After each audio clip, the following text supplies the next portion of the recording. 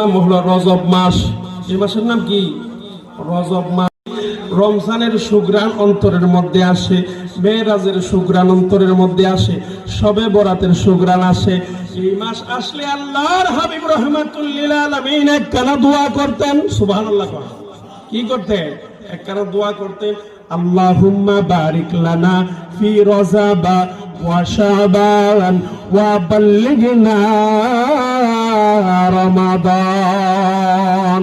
আল্লাহ আমাকে রজব শাবান 2 মাসের রহমত বরকত দাও, রমজান মাস পর্যন্ত আমার হায়াতকে লম্বা করে দাও। এই জন্য কার কখন মরণ হবে আমরা কি কেউ জানি? তাহলে আমরা দোয়া করার দরকার আছে না?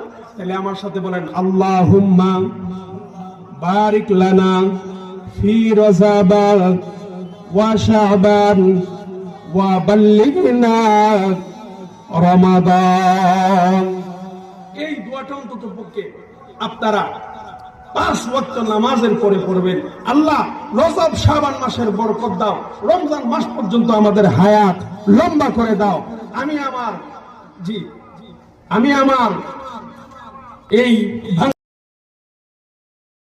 নাম হলো রজব মাস। এই মাসের নাম কি? রজব মাস।